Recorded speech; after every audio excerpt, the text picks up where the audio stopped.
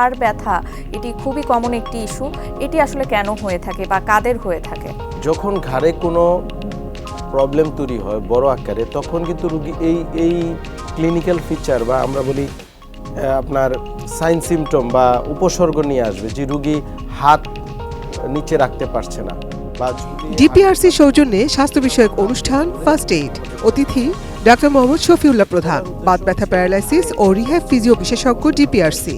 বিষয় ঘাড় ব্যথার অপারেশনবিহীন চিকিৎসা। দেখবেন 17 জানুয়ারি শুক্রবার বেলা 11টা 30 মিনিটে এটিএন নিউজে।